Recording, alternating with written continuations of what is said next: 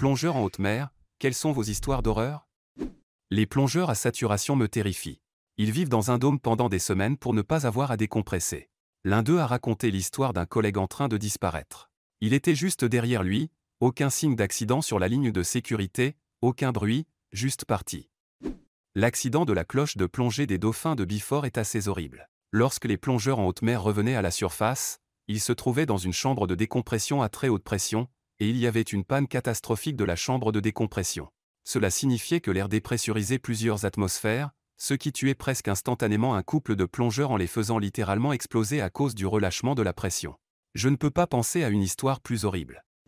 Je suis hanté par l'histoire d'un plongeur qui a été embauché pour retirer et ramener des corps d'un pont qui s'est effondré dans une eau semi-profonde avec de nombreuses voitures dessus.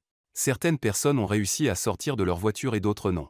La pire chose qu'il ait vue, ce sont les corps d'enfants encore coincés dans les voitures pendant que les parents sauvaient leur propre vie. L'idée d'aller dans une eau trouble pour remonter des cadavres d'un jour me terrifie. Quelle est la question la plus inconfortable qu'on vous ait jamais posée? Je peux peut-être répondre pour mon père. Quand j'étais un jeune enfant, il m'a aidé à utiliser des toilettes publiques quelque part, et il est allé après m'avoir aidé.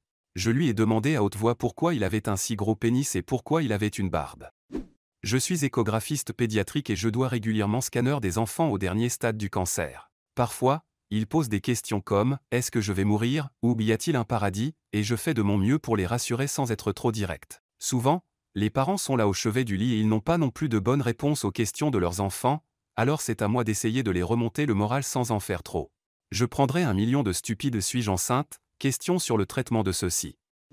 J'ai des tatouages militaires, donc de parfaits inconnus me demandent souvent « Avez-vous déjà tué quelqu'un? Avez-vous vu des amis mourir? Quelle est la pire chose que vous ayez vue ?» Je comprends que les gens soient curieux, mais sérieusement, ce n'est pas un sujet aussi banal. Quelle est la pire raison pour laquelle vous avez rencontré quelqu'un? J'avais un ami au collège qui partageait une ressemblance avec moi. On allait à des soirées et on se présentait comme frères et sœurs toute la nuit. Puis nous terminions chaque nuit en nous pelotant furieusement devant tout le monde. Elle m'a dit que son thérapeute lui avait dit d'avoir des relations sexuelles avec moi. J'ai obligé. Cela me semble être un conseil thérapeutique terrible, mais qui suis-je pour discuter avec un professionnel? Ma première petite amie à long terme m'a trompé quand elle est partie à l'université. Nous nous sommes séparés. Environ 2 mois plus tard, elle a été heurtée par un bus et a perdu sa jambe. Nous nous sommes rencontrés quelques fois après sa guérison. Des années plus tard, je rencontre une autre fille avec le même prénom qui avait également perdu sa jambe. Quelles sont les chances que quelqu'un d'autre puisse dire qu'il a couché avec 2 filles du même nom et qu'il leur manque une jambe? Alors, j'ai fait l'acte. Quelle est la meilleure réponse à se faire traiter de gros? J'ai toujours aimé jouer la surprise. Attends, vraiment? Pourquoi personne ne me l'a dit? Il en va de même lorsque les gens vous disent que fumer est malsain, comme si vous n'aviez jamais entendu cela auparavant. Si vous semblez ennuyé, ils ont gagné, alors je réponds avec des blagues. Moins susceptible d'être enrôlé dans l'armée. Si vous êtes un homme, dites que vous êtes simplement enceinte. Ou insultez-les en riant. Je peux perdre du poids, mais tu seras toujours laide. Faites une pause suffisamment longue pour créer un silence gênant. Dites ensuite, c'est une chose bizarre à dire à quelqu'un et changez brusquement de sujet. Ils se sentiront mal à l'aise. L'un de mes premiers souvenirs vifs est d'avoir vu une personne obèse dans son enfance. J'ai pointé du doigt et crié « Maman, regarde comme cette dame est grosse ». Ma mère m'a giflé, ce qui, je pense, est la seule fois où elle a fait ça, et s'est tellement excusée auprès de cette fille. Qu'est-ce qu'un vrai crime sans victime? Mettre des pièces dans le parc-mètre de quelqu'un d'autre. Apparemment c'est un crime. Ce doit être une raison corrompue, comme vouloir donner plus d'amende, ou parce que les magasins veulent un chiffre d'affaires élevé au lieu qu'une voiture reste trop longtemps. Posséder 7 godes au Texas. Posséder 6 godes c'est bien, mais 7 c'est un crime. Je pense que c'est quelque chose de religieux à propos de 7 étant le nombre de Dieu. Si Satan avait choisi un nombre supérieur à, nous pourrions avoir plus de dong. Plonger dans l'ébène. Ce qui devrait être illégal, c'est de détruire des aliments et des biens de consommation parfaitement bons simplement parce qu'ils ne sont pas de saison et que les gens ne dépenseront pas des sommes ridicules pour les acheter. Au lieu d'utiliser une remise énorme ou de faire un don à des refuges et à des personnes dans le besoin, des sociétés géantes décident de détruire des marchandises et d'interdire aux gens de regarder dans leur benne à ordures et de réutiliser ces articles. Qu'est-ce qu'une lutte que les hommes vivent que les femmes ne comprennent pas? La mère de mon fiancé lui a dit que les hommes n'avaient que 2 émotions, la colère et l'excitation. Comme si tous les hommes avec des émotions mentaient juste pour avoir des relations sexuelles. Il est difficile d'équilibrer le fait d'être émotionnellement vulnérable, mais assez masculin. Je connaissais un gars qui s'était disputé avec sa petite amie, et elle a fini par lui jeter une casserole d'eau bouillante, le laissant avec des brûlures au 3e degré dans la région de l'épaule gauche. Alors il est allé voir la police. Ils ont dit qu'il lui avait probablement fait quelque chose pour justifier qu'elle le fasse, et ils l'ont simplement ri. Dans ces types de situations, les hommes sont rarement pris au sérieux, et c'est un énorme problème. Mon grand-père a essayé de s'éloigner d'une dispute avec sa petite amie quand elle l'a frappé à la tête avec un cendrier en verre à l'ancienne. Après s'être réveillé, il a appelé les flics et ils l'ont également menotté à la place de son agresseur. La culture occidentale tient rarement les femmes également responsables, en particulier en ce qui concerne les comportements violents ou sexuels. Cela ne fait que s'aggraver, car de plus en plus de récits de victimisation remplacent la responsabilité. Docteur en autopsie, quelle est la chose la plus intéressante que vous ayez vue dans un corps? J'ai dû assister à une autopsie à l'école de médecine et le pathologiste a dit « Je parie qu'elle est morte d'une septicémie ». Il a ensuite retiré un tampon de son vagin et a simplement dit « Le médecin des urgences va certainement être poursuivi en justice ». Cela m'a appris que chaque femme en âge de procréer qui est sceptique a besoin d'un examen pelvien. Si le tampon avait été retiré, le médecin des urgences aurait pu la traiter pour une septicémie et elle aurait peut-être survécu. J'ai fait un laboratoire de cadavres à l'université et apparemment, les stimulateurs cardiaques continuent de sonner longtemps après la mort du patient. Les fils du défibrillateur ont été coupés afin qu'ils ne puissent plus choquer le corps, mais le stimulateur cardiaque continuera à émettre des bips.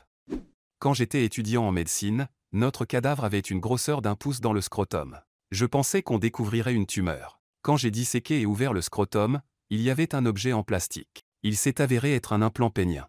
Notre professeur m'a fait disséquer tout l'implant et tout le monde est allé à notre table et j'ai dû leur montrer tout l'engin. Réservoir, cylindre et tout. Plus tard, j'ai été appelé le gars des implants péniens. Qu'est-ce que vous avez investi des milliers d'heures et qui est maintenant inutile? Cours de piano pour parents asiatiques. Cela ne les a pas rendus heureux, cela ne m'a pas rendu heureux, je n'ai jamais été bon ou n'ai eu aucune compétence durable pour les centaines d'heures par an passées à pratiquer. J'ai entendu la même chose de mes différents amis asiatiques. La plupart refusent de jouer ou même de posséder un piano, l'associant à un traumatisme et à du ressentiment. Je comprends que c'est une bonne compétence à encourager, mais si l'enfant n'est clairement pas dedans, essayez de l'exposer à d'autres activités. Ils doivent le vouloir. Quand j'étais enfant, les disques de musique étaient rois. Je tondais les pelouses de mon quartier, je gagnais 10 $ chacun et j'achetais environ une douzaine d'albums chaque mois. J'ai sacrifié la nutrition et mes week-ends pendant des années pour constituer une énorme collection de musique. C'était glorieux, et l'envie de tous mes amis musiciens. Je pensais à coup sûr que ce serait le joyau de la couronne de mon âge adulte et que je les transmettrais un jour à mes enfants. Puis la musique numérique est sortie et tout cela était inutile. Minecraft. C'était mon jeu préféré contre la dépression pendant une décennie. Parfois, je jouais toute la journée. J'ai construit une ville immense avec des quartiers, un système ferroviaire, un zoo, etc. J'aurais peut-être dû investir dans une compétence plus utile. Quelle est la meilleure réponse à « je t'aime » quand tu n'es pas prêt à le dire en retour? J'ai dit « je t'aime » avant que mon partenaire ne soit prêt à le dire en retour. Il a dit « j'apprécie que tu sois honnête et que tu me dises ce que tu ressens. » Je n'en suis pas encore là, mais je pense que je le serai un jour. Nous vivons maintenant ensemble et je pense qu'il le dit plus que moi. Je l'ai dit trop tôt. Elle a répondu avec quelque chose ressemblant à des sons de baleine. Je suis rentré chez moi ce soir-là en pensant que je ne la reverrai plus jamais. 6 ans plus tard, parfois quand l'un de nous dit « je t'aime », l'autre fait des bruits de baleine en retour. Votre sentiment a été noté. Je vais en tenir compte, merci. Je répondrai dans les 3 à 4 jours ouvrables. Si cela arrive à un moment gênant ou inapproprié, comme un premier rendez-vous, et que vous n'allez pas le répéter, peu importe ce que vous direz ensuite, la meilleure réponse dépend de la situation et vous n'avez pas le temps de penser Y. Vous avez environ une demi-seconde pour décider si cette personne compte suffisamment pour vous pour risquer de tout gâcher en ne le répétant pas. Si vous vous souciez vraiment d'eux, cela devrait, espérons-le, venir naturellement. Voulez-vous des enfants? Pourquoi ou pourquoi pas? Non. Je leur dirai ce soir en rentrant. Les mères semblent avoir un lien instantané. En tant que père, les enfants arrivent comme des morceaux inutiles, mais à mesure qu'ils grandissent, ils découvrent le monde tous les jours et vous en faites l'expérience avec eux. C'est toute une balade, et tu revis ta jeunesse. J'ai fait des allers-retours sur l'idée depuis que je suis plus jeune. J'ai presque 40 ans, je peux à peine prendre soin de moi financièrement et je n'ai été avec personne depuis le début de mes 20 ans. Peu importe que je les veuille ou non, cela n'arrivera jamais. J'adore les enfants mais je ne peux pas avec mon salaire. Je peux à peine me permettre ma propre vie. C'est une chose triste à propos de l'époque actuelle, mais cela me frustre quand les gens n'en tiennent pas compte et ne planifient pas à l'avance. N'amenez pas les enfants dans la pauvreté.